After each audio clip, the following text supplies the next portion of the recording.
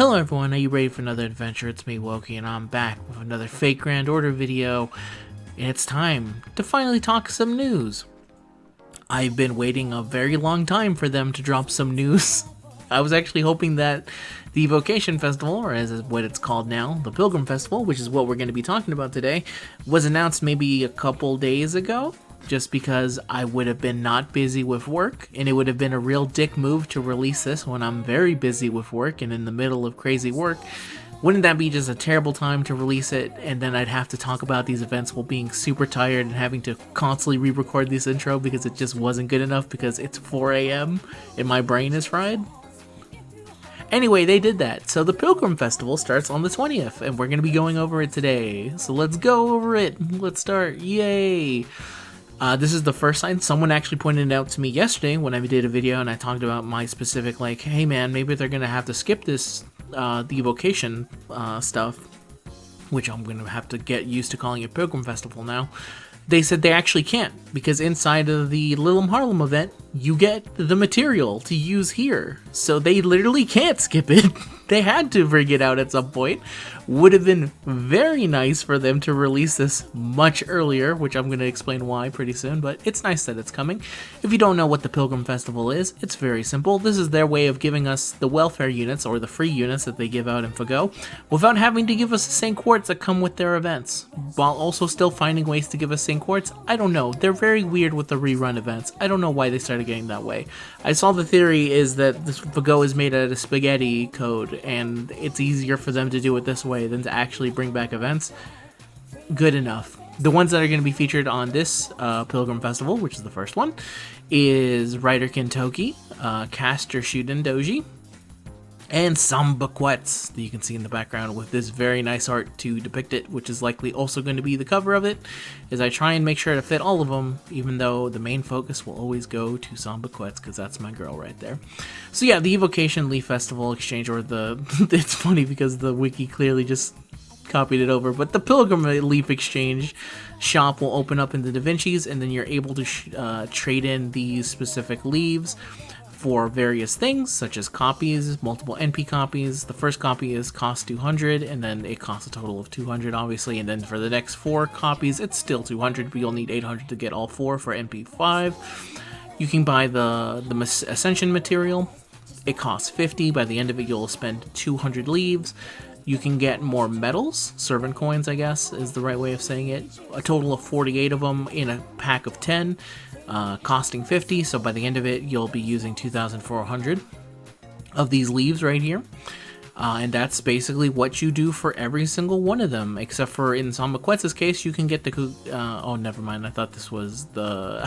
So she wears a mask in her Ascension outfit. I thought this was what it is, but that is not what it is. So some extra notes here. Players will not get rare mana prisms for acquiring a 6th or more copies of the same servant if the servant is acquired through this shop. Another slight shaft to Samba Quetz, because we never had the chance to get her again. So we never even got the mana prisms that we were owed from them bringing back the Samba Quetz event. Thanks a lot. I was about to call him Capcom because I'm so used to Capcom fucking over Mega Man that my inner instinct took over. But thanks a lot, FGO. Players can obtain the leaves through daily missions or extra missions, and during the campaign, players will also be able to get them through daily login bonuses or through limited time master missions. So the login, which you can see right here, is 30 a day, except for on specific days where you also get St. Quartz, in which case it is 50. So you can see here on the 26th is when you would get 50 and then 6 St. Quartz. And then the next one is on April 2nd, you get 50 and 6 St. Quartz, and then the next one is on the April 9th, which is 50 and 9 St. Quartz, and then the last one is the 16th and the 50 of them again, and 9 St. Quartz. Hopefully this will go as long as the Lilum Harlem event is, but I have a feeling that we're going to be missing this last bit of it, but at least we'll be able to get some, not all of the St. Quartz, but a decent chunk of it.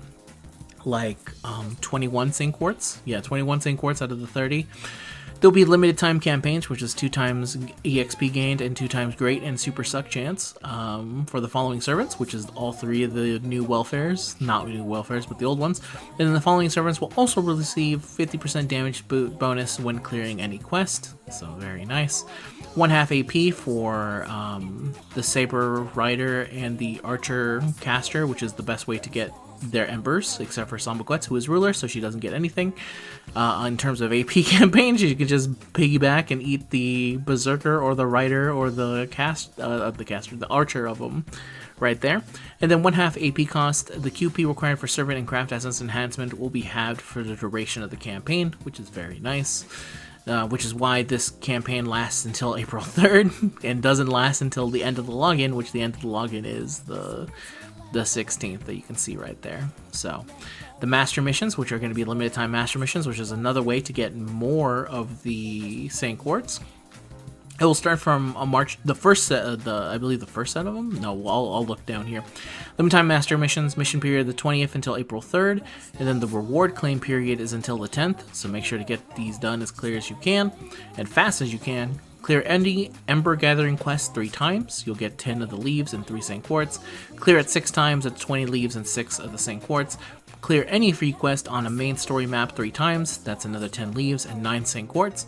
Raise either Kintoki Rider, Shooting Caster, or Quetz Samba Santa to level 10, and that's just 10 free leaves. And then if you raid them to level 40, it's another 50. If you already have those, congratulations, you'll just get them automatically when it's when the 20th comes around. And then clear all Pilgrim Festival Part 1 limited missions. You'll get a Holy Grail and 12 Saint Quartz. Very nice to get a sudden quick injection. And then there will be other missions which they're not showing here now, but if we look to JP when they got this, excuse me as we quickly look through all the stuff that JP does. If we look in April, we can see the additional things that they got, which we go down here, limited master missions, the permanent master missions that we'll obviously have at the beginning, which is just clear Fuyuki, Orleans, Septem, Okeanis, London, Eplubber, Enum, Camelot, Babylon, or Solomon, which is all of the singularities, plus Solomon, very easy to do, and you'll get 500 leaves for each time you do it. This should be the daily mission update, which I believe they've separated that off into game update. Yeah, this was going to be what it's going to be. 10 mana prisms and a single one of the exchange ticket, but then once you complete all of them, you'll get 30 of the leaves. And then the mana prism shop update, which also has the Rudo mask and the Technica, and that's what it is. I forget what a heal and face are for luchadors, so forgive me on this one. Which will cost you 500 mana prisms or 1,000 for both of them. Well worth the price, in my completely unbiased opinion. If I go down here, is that it for the beginning? Oh, actually, that is the only limited master. I thought there was more, but again, forgive me. It is 4 a.m. My brain is not working the greatest. And then finally, alright, forgive me. Small cut there because I messed up this part, which should have been the easiest part of the entire video so badly, I had to redo it. This is what happens when you are recording at 4:45 a.m. after work. Anyway, this is the banner, which you can see here, which has Kintoki, Shuten Doji, Quetzalcoatl with their 4 stars also attached to them, which are Suna, Ibaraki, and Martha Ruler. There's going to be an additional banner that will feature Raiko, the summer version of Ibuki, not the summer version, the regular Saber version of Ibuki, and Bradamante as 5 stars that will be featured on it. That should come, I think, maybe a week after or a couple days after, if I remember correctly from when... Yeah, it should be about a week after. They'll show up again. And this will be your chance to potentially get them or get more copies of them if you so wish. This would actually be pretty nice if it wasn't for the fact that Draco and Tiamat are coming up. And also, Kintoki, Shuten, and Quetzalcoatl get featured on banners every single year. Kintoki and Shuten because I believe they are fan-favorite Japanese characters, and Japanese servants on occasional times get a little bit of preferential treatment. I know for a fact Kintoki and Shuten does because they are both super fan favorites, and my girl Quetzalcoatl is unfortunately not a fan favorite of the Japanese. They prefer all the characters that are in a similar pantheon, just not her. they really don't like her.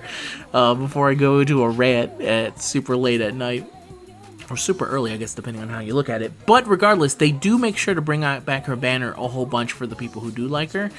And considering that we have Draco and Tiamat coming up and plenty of people want to try and go for them, I think it's the safer bet to kind of wait on these characters, even if you do really like them, because you know that they will always come back. And with regards to Draco, we don't know when she's going to be coming back, because every time she's ever come back, it's because the event came back in Japan. It was her debut, and then the second time she came back, it's because the Japanese fan base voted for that event to come back. And I don't know if the NA side of the game or the English side of the game will follow the same kind of path. We won't know until we see it, but we can best say, as far as guaranteed banners go, we only know of 2. And Tiamat, I think, has a little bit more banners to her, but still. You'd like to be able to pull them now. So obviously, if you're planning to pull for them, you just gotta ignore these banners. Like me, I'm a big idiot. I always summon for Quetzalcoatl whenever her banner's up. It's a huge toxic trait of mine.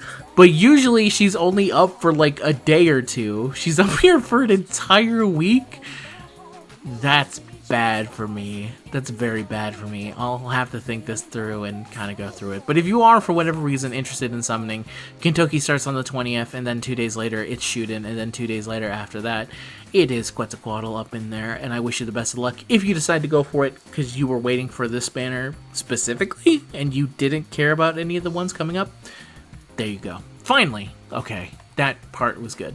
So that is the Pilgrimage Festival. Hopefully tomorrow, they'll release the pre-release campaign info, which will feature Tiamat and some of the other additional missions, which will help put up some St. Quartz, so that people can so people can continue to grind up and get whatever St. Quartz they have before Draco is here and before Tiamat is here, because Tiamat is coming up pretty close. If I would have to hazard a guess, she's likely going to be here right when the White Day event is over, which is on the 25th. 26 is when that login bonus kind of ends, and then she likely starts Draco maybe 3 days later if we're lucky. 1, 2, 3. Would they start an event randomly on a Friday? Maybe. They don't have that many days, to be honest. They have about a week, which makes sense for the pre-release and hype up. But then from that point on, they only have 5 days left in March for it to be considered late March for them to release the event. We'll see what it is. But this is definitely the first shot of many of, hey, she's coming, so best get prepared, finish up what you need to do with Takatsuji, get your last stuff in there, and then get your ass to St. Quartz farming, because we're about a week away until Judgment Day, and the bells toll, and everything comes crashing down. First, it's Tiamat comes crashing into the house, and then Draco follows up. And in terms of these units, because I just realized I never actually talked about the units themselves, my bad, again, I'm tired. Rider Kintoki is good. Shooting Caster is very hyper-specific, from what I can remember. She only is, like, really good against one type of enemy, but against that one type of enemy, she's very good. I believe it's demonic enemies. So a lot of the time, people don't find a lot of use for her because she's a single-target caster who's super effective against demonic. But I like having characters that have that fill a specific niche, so I've always liked her, but a lot of people tend to not like her. She has, in terms of pure style, amazing style. I love the outfit and everything else about her. But if you are someone, it's not the same widespread usability that Rider Kintoki has. And Samba Quetz is probably somewhere similar to that, where I think she is.